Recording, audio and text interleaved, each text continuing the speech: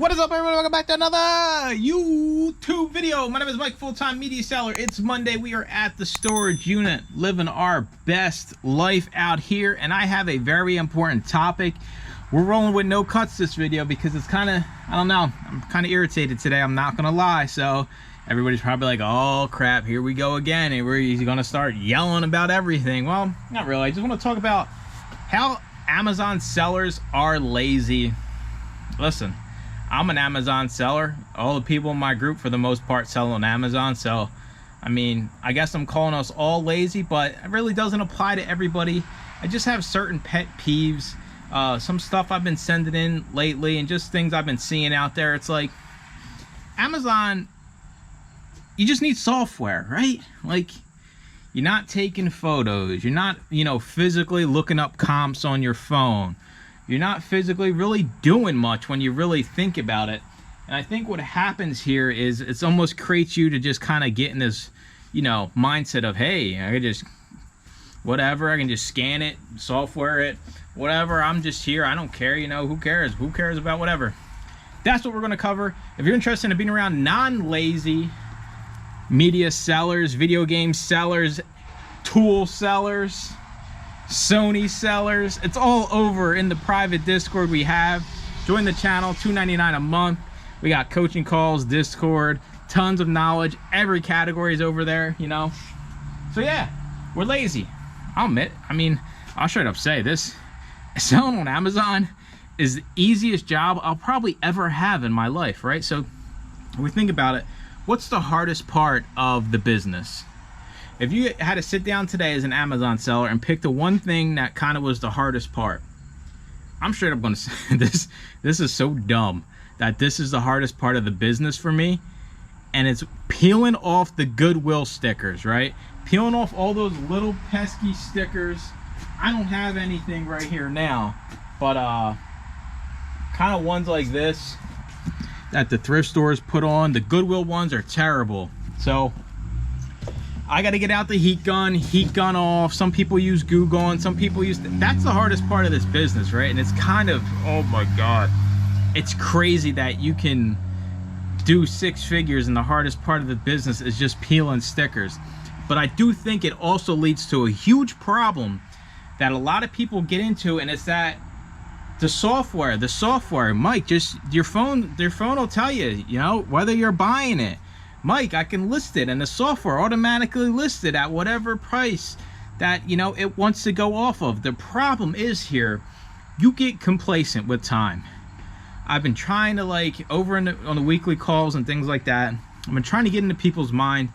Take the software out of the picture, right? The software is there to kind of leverage us, make things easier, but by no means necessary is this software even close to 100% correct. Yes, we have triggers. Yes, you have listing software that'll match the buy box. That's fine and dandy, but it's guidance. It's not the way of the land.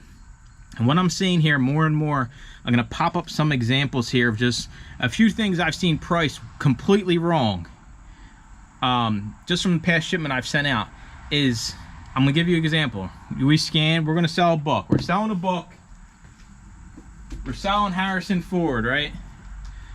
We're selling The Fugitive. So I scan this, right? It says $10 profit. All right. It sits there for a few days. I come around, get out my listing software. I'm going to scan to list it.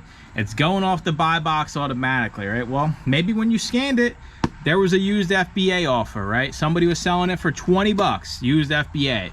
When you scan it, it pulls off the used FBA offer. Now, you list it in the listing software, it goes off the buy box. That $20 offer is gone, and now the buy box is going to a merchant fulfilled person that has it listed for $6. So the software automatically is going to put $6 in for this item. You, being the lazy person that you are, you're not even looking. You're just scanning, scan. They're all going. It's going off the buy box, Mike. Who cares, Mike? Just stop. You don't know what you're talking about. If the software is right, you are wrong. Well, here to tell you, I kind of been keeping track. When it comes to the software and what it's listing the price at, it's probably close to a 50-50 split when it comes to me putting in a different price than what the listing software wants me to price it at. So the problem is you become reliant on the software. You got to look at your phone when you're scanning. The days of just listening are gone. I'm going to give you another example. I'm giving out too many good gems in this video. It's kind of irritating me, right? So there's no used FBA offers, okay? All right. Scout IQ, Scoutly, whatever one you're using, Books Pro, any of them. There's no used FBA offers. You scan this, it's going to pull off the FBM offers to decide if this book is profitable. So FBM offers $6. There's no way this is profitable. FBA $6. You leave this behind because you didn't hear in your ear that it was, you know, an accept, and you weren't looking at your phone, and if you were, you're not understanding the data in front of you. I've been sending so many items that have been rejects from the scouting software that it would blow your mind. And guess what? I almost prefer it, because what happens, I talked about this on a weekly members call, I think 2 weeks ago. What happens is, if there's no used FBA offers, you basically get to set the price. Okay, if this book's priced $6 FBM, how much can you realistically price this for FBA to get the sale? Me, minimum $19.99. I will let you go to $24.99. That is the power of Prime. That is the power of Amazon. The zero used FBA offers are almost always accepts, and everybody that's not looking at their phone is passing every single one. And when I talked about this on the members call, everybody's like, wait a minute, you're right. Listen, the software is guidance. Stop letting it do all the work for you. Stop just relying on, you know, automatically pricing, automatically, you know, listening for the accept or the reject. Them days are gone, right? Them days maybe existed 2-3 years ago in the media world, where the fees weren't the way they were. There's so much more you could get away with when it comes to destroying books, having books removed.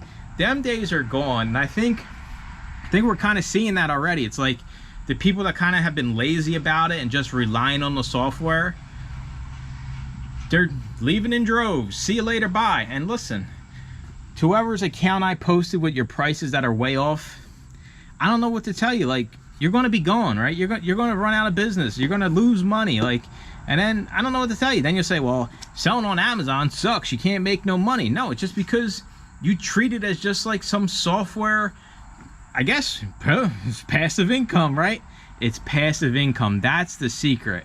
So you just start an Amazon business. You just scan things, send them in. Who cares? You don't do nothing else. Passive income doesn't exist in reselling. And, you know, especially not on eBay. eBay sellers, I think everybody that's sold on Amazon and eBay can 1000% attest that selling on Amazon is easier, especially when it comes to the workload. You can't really put it even close in a comparison. I just kind of wanted to make this video to say, you know, we get complacent, we get lazy sometimes because it's so, everything's hand fed to us, right? The software does the math, right? You know exactly how much you're going to make if you sell it at that exact price. I mean, we're just spoiled babies. That's why I never want to go back to eBay. eBay cops show up right now, I'm running. You never take me alive, eBay, right? Like, that's my mentality, because I understand how different the business model is and how much more work goes into an eBay business than an Amazon business. And we still get so lazy with Amazon. I don't understand. Like, we should be taking advantage of these great tools we have and leveraging them to get more money, or at least get the money we expect to get. And we wind up getting a whole lot less than what we expect to get. And then it's Amazon's fault, it's not your fault. Or it's the software's fault, it's not your fault. The software is doing exactly what we set it up to do, right? But there's other factors that come into it. The software is a guidance. It lists things, it tells you how much things are worth in real time, but things change with time. You always have to be up on these things, especially with like repricers. I mean, you make one small change in your repricer, boom, your business is gonna blow up overnight. That's just the reality of it. And you put all the power in the software's hands at the end of the day. Are you the business owner, or is Scoutly the business owner? Is ScanLister the business owner? Is, you know, Be Cool, Reprice It, a seller list, are they the business owner? Are you setting the price? Are you letting, you know, Jaws back there set the price just because Jaws is the name of the software and you trust the shark more than you trust yourself? I mean, that's what it comes down to. Do you trust your own business sense more than the computer, right? It's fine. A lot of the times, like I said, the computer is right on the spot, but a lot of the times it's not. So that's going to do it for the video. I appreciate you watching. Make sure to comment, like, and subscribe, and stay tuned for more used book videos. Bye-bye.